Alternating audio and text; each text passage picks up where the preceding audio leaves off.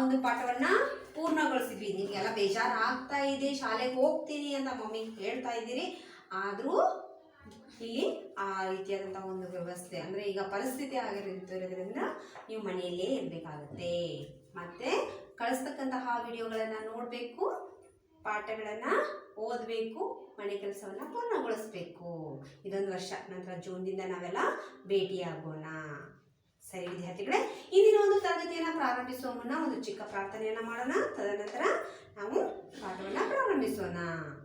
ಕಣ್ಗಳನ್ನು ಮುಚ್ಚಿ ನನ್ನೊಟ್ಟಿಗೆ ಪ್ರಾರ್ಥನೆಯನ್ನು ಹೇಳಿ. ವಕ್ರತುಂಡ ಮಹಾಕಾಯ ಸೂರ್ಯಕೋಟಿ ಸಮಪ್ರಭಾಂ ನಿರ್ವಿಘ್ನಂ ಕುರು ಮೇ ದೇವ ಸರ್ವಕಾರ್ಯೇಷು ಸರ್ವದಾ. ಎಲ್ಲ ಬರ್ತಕ್ಕಂತಹ ದಿನಗಳಲ್ಲಿ ನಾವೇನು ಮಾಡೋಣ, ಈ ಕೊಟ್ಟಿರ್ತಕ್ಕಂತಹ ಎಲ್ಲ ಪಾಠಗಳನ್ನ ಓದೋಣ. ಮುಂದೆ ಅಂದರೆ ನಿಮ್ಗೆ ರಿವಿಷನನ್ನು ಕೊಡ್ತೀನಿ ನಾನು. ಅದಕ್ಕಾಗಿ ನೀವು ಕೊಟ್ಟಿರ್ತಕ್ಕಂತಹ ಎಲ್ಲ ಪಾಠಗಳನ್ನು ಮತ್ತೊಮ್ಮೆ ಓದಿ. ಹೌದಾ? ಮುಂದೆ ಬರ್ತಕ್ಕಂಥ ದಿನಗಳಲ್ಲಿ ನಾನು ಇನ್ಮೇಲೆ ರಿವಿಷನನ್ನು ಕೊಡ್ತೀನಿ ವಿದ್ಯಾರ್ಥಿಗಳು. ಪಾಠಗಳನ್ನು ಅಲ್ಲಿಗೆ ಬಿಟ್ಟು ಮುಂದೆ ಅಂದರೆ ಗುಣಿತಾಕ್ಷರಗಳನ್ನು ಮಾತ್ರ ಹೇಳಿ ತದನಂತರ ರಿವಿಷನನ್ನು ಕೊಡ್ತಾ ಬರ್ತೀನಿ. ಅದಕ್ಕಾಗಿ ನೀವು ಕೊಟ್ಟಿರ್ತಕ್ಕಂತಹ ಎಲ್ಲ ಪಾಠಗಳನ್ನು, ನಾವು ಮುಗಿಸಿರ್ತಕ್ಕಂಥ ಎಲ್ಲ ಪಾಠಗಳನ್ನು ಓದಿ. ಆಯ್ತಾ? ಸರಿ, ಇಂದು ಪಾಠ 7 ನಾವು ಪ್ರಾರಂಭಿಸ್ತಿರ್ತಕ್ಕಂತಹ ಪಾಠ ಯಾವುದು? ಪಾಠ 7. ಯಾವುದದು? ಕೋತಿ ಮತ್ತು ಅಳಿಲು. ಹೌದಾ? ಗದ್ಯ ಪಾಠ ಇದು, ಪಾಠ 7. ಸರಿ, ಪಾಠವನ್ನು ಪ್ರಾರಂಭಿಸುವ ಮುನ್ನ ಇಲ್ಲಿ ನೋಡಿ, ಪುಟ ಸಂಖ್ಯೆ 32 ತೆಗೀರಿ ವಿದ್ಯಾರ್ಥಿಗಳೇ. ಅಲ್ಲಿ ಕೆಲವೊಂದು ಚಿತ್ರಗಳನ್ನು ಕೊಡಲಾಗಿದೆ. ಈ ಚಿತ್ರಗಳು ಇಲ್ಲಿ ವಿಡಿಯೋದಲ್ಲಿ ಸರಿಯಾಗಿ ಕಾಣಿಸ್ತಾ ಇಲ್ಲ. ಸೊ ನೀವು ನಿಮ್ಮ ಪಠ್ಯ ಪುಸ್ತಕವನ್ನು ತೆಗೀರಿ. ಅಲ್ಲಿ ಪುಟ ಸಂಖ್ಯೆ 32 ತೆರೆದಾಯ್ತಾ? ಅದರಲ್ಲಿ ಮೊದಲನೇದಾಗಿ ಈ ಪ್ರಾಣಿಯ ಹೆಸರೇನು ಅಲ್ಲಿ ಕೆಳಗಡೆ ಬರಬೇಕು. ಯಾವ ಪ್ರಾಣಿ ಇದು? ಇದು ಕೋತಿ. ಮಂಗ. ಒಂದೇದು.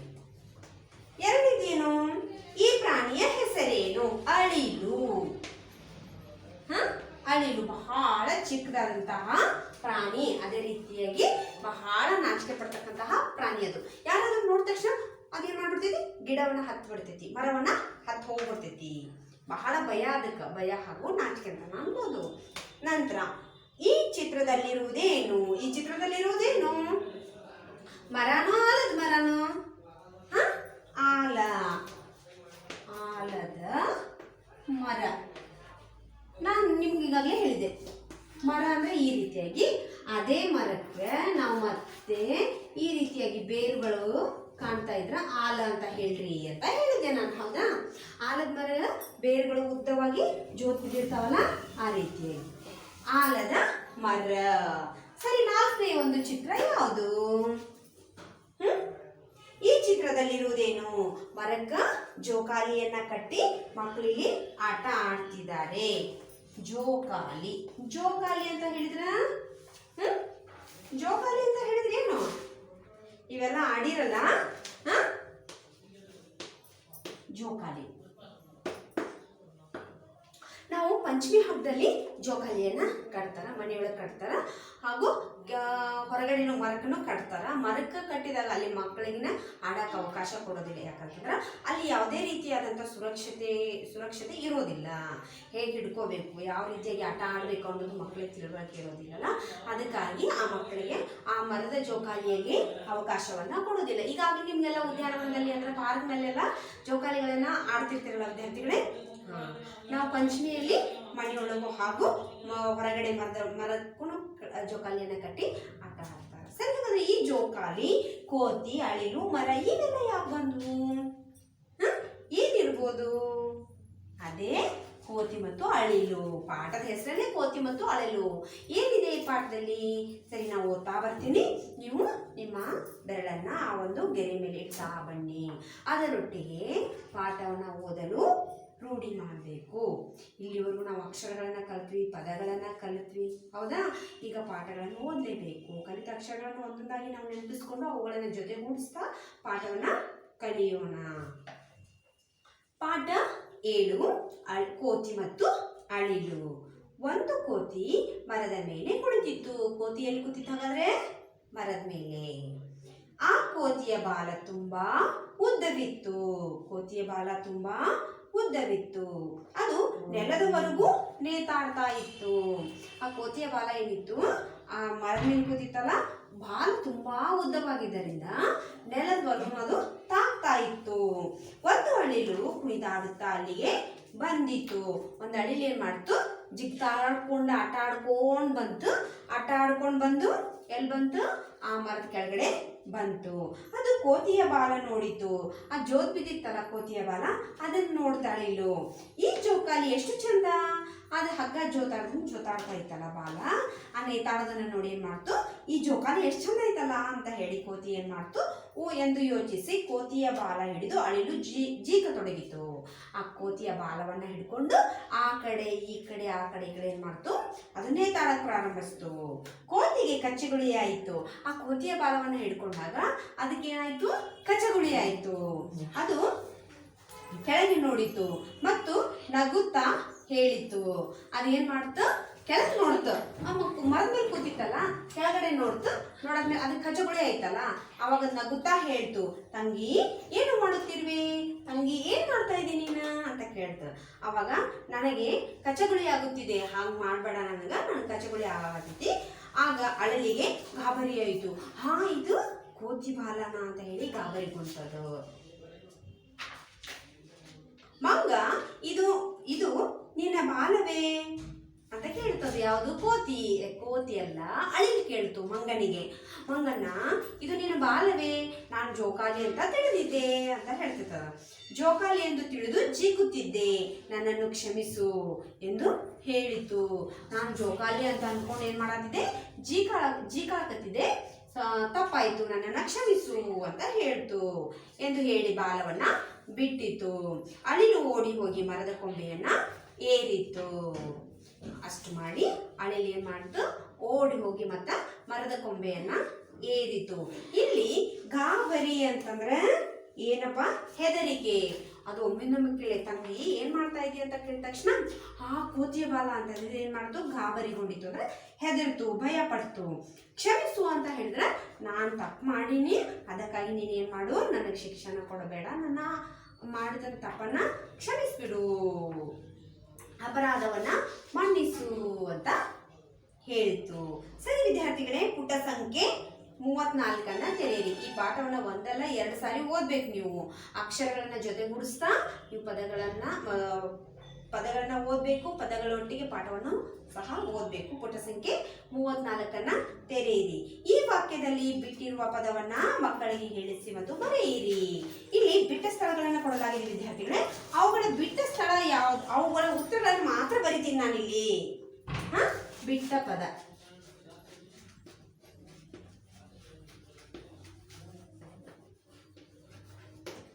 ನಾವು ಉತ್ತರಗಳನ್ನು ಮಾತ್ರ ಬರಿತೀನಿ. ಈ ಉತ್ತರಗಳನ್ನು ನಿಮ್ಮ ಪಠ್ಯಪುಸ್ತಕದಲ್ಲಿ ಬರೀಬೇಕು. ತದನಂತರ ನಿಮ್ಮ ಫೇಸ್ಬುಕ್ನಲ್ಲೂ ಹಾಕಬೇಕು. ಆ ಕೋತಿಯ ಬಾಲ ಡ್ಯಾಶ್ ಇತ್ತು, ಡ್ಯಾಶ್ ಉದ್ದವಿತ್ತು. ಎಷ್ಟು ಉದ್ದ ಇತ್ತು? ತುಂಬಾ ಉದ್ದವಿತ್ತು. ಆ ಕೋತಿಯ ಬಾಲ ತುಂಬಾ ಉದ್ದವಿತ್ತು. ಒಂದು ಅಳಿಲು ಡ್ಯಾಶ್ ಅಲ್ಲಿಗೆ ಬಂತು. ಒಂದು ಅಳಿಲು ಏನ್ ಮಾಡ್ತಂತಲ್ಲಿ, ಕುಣಿದಾಡುತ್ತಾ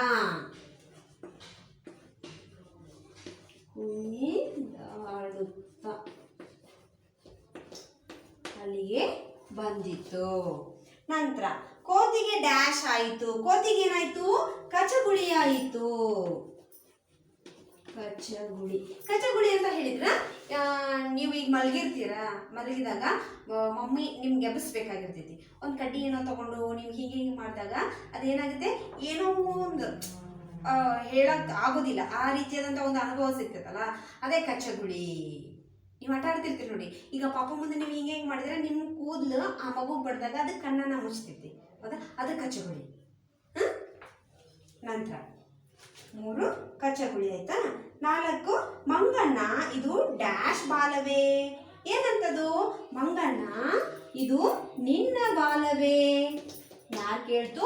ಅಳಿಲ್ ಕೇಳ್ತು. ಮಂಗಣ್ಣ ಇದು ನಿನ್ನ ಬಾಲವೇ ಅಂತ ಕೇಳ್ತು. ಸರಿ ವಿದ್ಯಾರ್ಥಿಗಳೇ, ಇವುಗಳನ್ನ ನಾನು ಬಿಟ್ಟ ಸ್ಥಳಗಳನ್ನ ಬರ್ದಿನಲ್ಲ, ಅವುಗಳನ್ನ ಬರಿಬೇಕು. ಪುಟ ಸಂಖ್ಯೆ 34 ಅಲ್ಲಿ ಬಿಟ್ಟಿರುವ ಪದವನ್ನ ಬರೆಯಿರಿ ಮತ್ತು ಹೇಳಿಸಿ ಅಂತ ಕೊಡಲಾಗಿದೆಯಲ್ಲ, ಅದು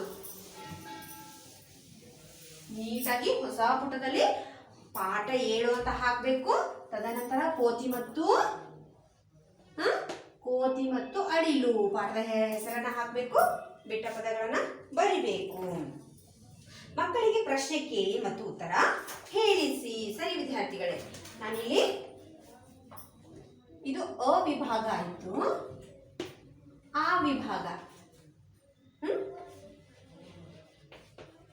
ಪ್ರಶ್ನೆಗಳಿಗೆ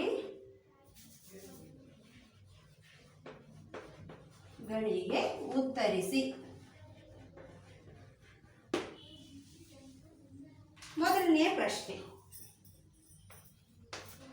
ಕೋತಿ ಯಾವುದರ ಮೇಲೆ ಕುಳಿತಿತ್ತು? ಯಾವುದರ ಮೇಲೆ ಕುಳಿತಿತ್ತಪ್ಪ ಕೋತಿ? ಕೋತಿ ಯಾವುದರ, ಇದನ್ನ ಅಳಿಸ್ಲಾ ನಾನು, ಬರ್ದಾಯ್ತಾ? ಯಾವುದರ ಮೇಲೆ ಕುಳಿತಿತ್ತು?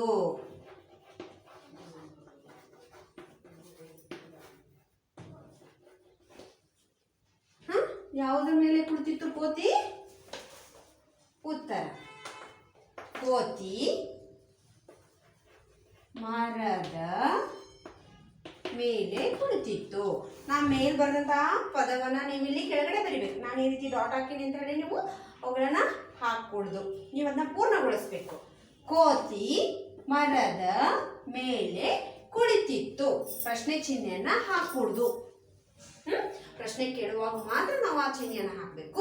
ಉತ್ತರಕ್ಕೆ ಆ ಚಿಹ್ನೆಯನ್ನ ಹಾಕೋ ಹಾಗಿಲ್ಲ, ಹಾಕಬಾರ್ದು, ಅದು ತಪ್ಪು. ಒಂದು ಪ್ರಶ್ನೆ ಉತ್ತರ ಆದ್ಮೇಲೆ ಒಂದು ಗೆರೆಯನ್ನ ಬಿಡಬೇಕು. ಎರಡನೇ ಪ್ರಶ್ನೆ, ಕೋತಿಯ ಬಾಲ ಹಿಡಿದು ಯಾವುದು ಜೀಕತೊಡಗಿತು? ಕೋತಿಯ ಬಾಲ ಹಿಡಿದು ಯಾವುದು ಜೀಕತೊಡಗಿತು? ಯಾವುದು ಜೀಕ್ತಾ ಇತ್ತಪ್ಪ? ಹುಲಿನ?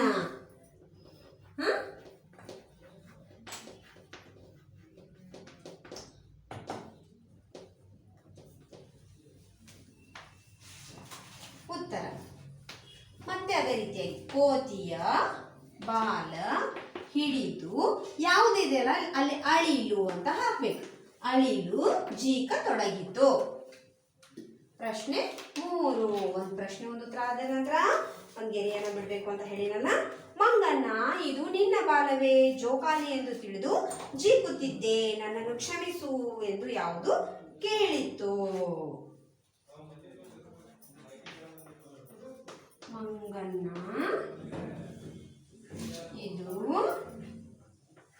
ಇದನ್ನ ಪ್ರಶ್ನೆ ಬರೆದ್ಬಿಟ್ಟು ವಿದ್ಯಾರ್ಥಿಗಳೇ ನೇರವಾಗಿ ಉತ್ತರವನ್ನ ಬರೆದ್ಬಿಡಿ. ಇಲ್ಲಿ ಮಂಗಣ್ಣ ಇದು ನಿನ್ನ ಬಾಲವೇ, ಜೋಕಾಲಿ ಎಂದು ತಿಳಿದು ಜೀಕುತ್ತಿದ್ದೆ, ನನ್ನನ್ನು ಕ್ಷಮಿಸು ಎಂದು ಯಾವುದು ಕೇಳಿತು? ಅಳಿಲು ಅಂತ ಬರೆದ್ಬಿಡಿ. ಉತ್ತರ 4. ಅಳಿಲು ಹೇಗೆ ಹೋಗಿ ಮರದ ಕೊಂಬೆಯನ್ನ ಏರಿತು? ಹೇಗೆ ಹೋಯ್ತದು? ನಡ್ಕೊಂಡು ಹೋಯ್ತಾ? ಹಾರ್ಕೊಂಡು ಹೋಯ್ತಾ? ಹೆಂಗ್ ಹೋಯ್ತದು? ಅಳಿಲು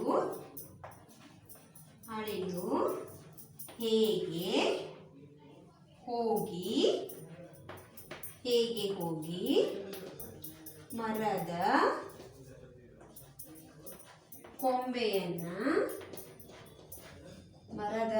ಕೊಂಬೆಯನ್ನು ಏರಿತು? ಹೆಂಗೆ ಏರ್ತಪ್ಪ? ಉತ್ತರ, ಅಳಿಲು ಓಡಿ ಹೋಗಿ ನಡ್ಕೊಂಡು ಹೋಗ್ಲಿಲ್ಲ, ಅದು ಹಾರ್ಕೊಂಡು ಹೋಗ್ಲಿಲ್ಲ, ಓಡಿ ಹೋಗಿ ಮರದ ಕೊಂಬೆಯನ್ನ ಏರಿತು. ನೀಟಾಗಿ ಬರಿಬೇಕು. ಮಾದರಿಯಂತೆ ವಾಕ್ಯ ಮಾಡಿ. ಇಲ್ಲಿ 3 ಪದಗಳನ್ನು ಕೊಡಲಾಗಿದೆ. ಮಾಡಲಾಗಿದೆ ವಿದ್ಯಾರ್ಥಿಗಳೇ. ಅದೇ ರೀತಿಯಾಗಿ ಆ ಪದಗಳನ್ನು ಬಳಸಿ ವಾಕ್ಯಗಳನ್ನು ಸಹ ಮಾಡಲಾಗಿದೆ. ಮೊದಲನೇದೇನಪ್ಪ ಅಂತ ಹೇಳಿದ್ರೆ ಇಲ್ಲಿ ಕೋತಿ, ಮರ ಮತ್ತು ಬಾಲ ಈ ರೀತಿಯಾಗಿ 3 ಪದಗಳನ್ನ ಕೊಟ್ಟಿದ್ದಾರೆ. ಅದನ್ನ ಕೋತಿ ಒಂದು ಪ್ರಾಣಿ, ಹೌದು, ಕೋತಿ ಇದ್ದಿದ್ದನ್ನು ತಗೊಂಡು ಏನ್ ಮಾಡಿದ್ರು, ಒಂದು ಪ್ರಾಣಿ ಅಂತ ಹೇಳಿ ವಾಕ್ಯವನ್ನ ಬರೆದ್ರು. ತದನಂತರ ಕೋತಿಯು ಮರವನ್ನ ಏರಿತು, ಮರ ಇದೆ ಅಲ್ಲ ಅದಕ್ಕೆ ಕೋತಿ ಮರವನ್ನ ಏರಿತು. ನಂತರ ಕೋತಿಗೆ ಬಾಲವಿದೆ, ಹೌದಾ, ಕೋತಿಗೆ ಬಾಲ ಇದೆ, ಎಷ್ಟು ಉದ್ದ ಬಾಲ ಇದೆ. ಅದೇ ರೀತಿಯಾಗಿ ಅಳಿಲು, ಮರ, ಬಾಲ ಅದೇ ಪದಗಳನ್ನ ಇಲ್ಲಿ ಕೋತಿ ಇರೋದ್ರನ್ನ ತೆಗೆದು ಮರ ಅಂತ ಹಾಕಲಾಗಿದೆ. ನೀವು ಅದು ವಾಕ್ಯವನ್ನ ಪೂರ್ಣಗೊಳಿಸ್ಬೇಕು. ಇದು ಬರ್ದಾಯ್ತಾ? ಪ್ರಶ್ನೋತ್ತರಗಳನ್ನ ಬರೆಯಲು ರೂಢಿ ಮಾಡ್ಕೋಬೇಕು. ಆಯ್ತಾ? ಸರಿ.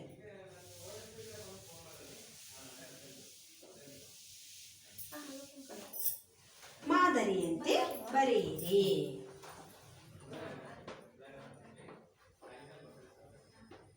ಮಾದರಿಯಂತೆ ಬರೆ. ಇಲ್ಲಿ ಕೊಟ್ಟಿರೋದು ಅಳಿಲು.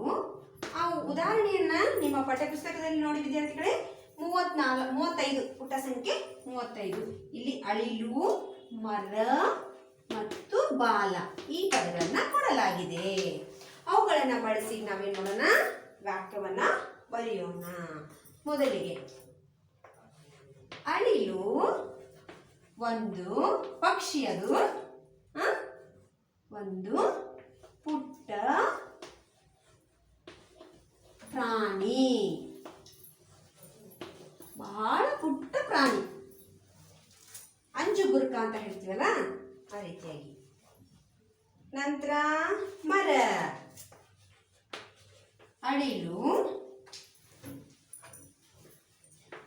ಓಡಿ ಹೋಗಿ ಮರವನ್ನು ಹತ್ತಿತು.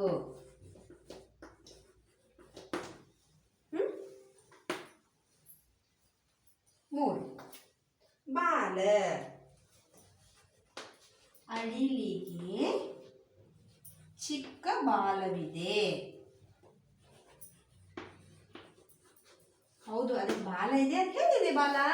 ಉದ್ದಾಗಿದೆ, ಕೋತಿ ತರ ಇಲ್ಲ, ಚಿಕ್ಕ ಬಾಲ ಇದೆ. ಸರಿ, ಇವುಗಳನ್ನ ನೀಟಾಗಿ ಬರೀರಿ. ಒಂದನೇ ಉದಾಹರಣೆಯನ್ನ ನಿಮ್ಮ ಪಠ್ಯಪುಸ್ತಕದಲ್ಲಿ ಕೊಡಲಾಗಿದೆ ವಿದ್ಯಾರ್ಥಿಗಳೇ, ಅದನ್ನು ಬರಿಬೇಕು. ನಂತರ ಇದನ್ನು ಬರಿಬೇಕು. ಅದು ಮೊದಲನೇದು, ಇದು ಎರಡನೆಯದು. ಸರಿ, ಇಷ್ಟೆಲ್ಲ ಬರೆದು ಈ ಪಾಠವನ್ನ ಒಂದಲ್ಲ ಎರಡಲ್ಲ 3 ಸಾರಿ ಓದ್ಬೇಕು. ಬಹಳ ಸರಳವಾದಂತಹ ಪಾಠ. ಅದೇ ರೀತಿಯಾಗಿ ಗಾಬರಿ ಅಂತ ಹೇಳಿದ್ರೆ ನಾನು ಏನು ಹೇಳಿದೆ, ಹೆದರಿಕೆ ಅಂತ ಹೇಳಿದೆ, ಭಯ. ನಂತರ ಕ್ಷಮಿಸು ಅಂದ್ರ ಮಾಡಿರ್ತಕ್ಕಂತಹ ಅಪರಾಧವನ್ನ ಮನ್ನಿಸು ಅಂತ ಕೇಳೋದು. ನಾವೇನಾದ್ರೂ ತಪ್ಪು ಮಾಡಿದ್ರ ನಮ್ಮನ್ನ ಕ್ಷಮಿಸಿ ಅಂತ ಕೇಳ್ಬಿಟ್ರೆ ನಾವೇ ದೊಡ್ಡವರಾಗೋದು. ಕ್ಷಮಿಸಿ ಅಂತ ಹೇಳಿ, ಯಾರಾದ್ರೂ ತಪ್ಪನ್ನ ಮಾಡಿದ್ರೆ ನೀವು ಸಹ ಯಾರಾದ್ರೂ ನಿಮ್ಮನ್ನ ಕ್ಷಮೆ ಕೇಳಿದ್ರ ಕ್ಷಮಿಸಿದ್ದೇನೆ ಅಂತ ಹೇಳಬೇಕು. ಅದನ್ನು ಮುಂದುವರ್ಸ್ಕೊಂಡು ಹೋಗ್ಕೂಡ್ದು. ಸರಿ ವಿದ್ಯಾರ್ಥಿಗಳೇ, ಮುಂದಿನ ತರಗತಿಯಲ್ಲಿ ಮತ್ತೆ ಹೊಸದೊಂದು ಪಾಠದೊಂದಿಗೆ ನಿಮ್ಮ ಎದುರಿಗೆ ಬರ್ತೀನಿ. ಅಲ್ಲಿಯವರೆಗೂ ಶುಭ ದಿನ. ಪಾಠವನ್ನ ಓದ್ತಾ ಇರಿ. ಕೊಟ್ಟಿರ್ತಕ್ಕಂತಹ ಎಲ್ಲಾ ಮನೆ ಕೆಲಸವನ್ನ ಪೂರ್ಣಗೊಳಿಸ್ಬೇಕು. ಆಯ್ತಾ? ಓಕೆ, ಶುಭ ದಿನ.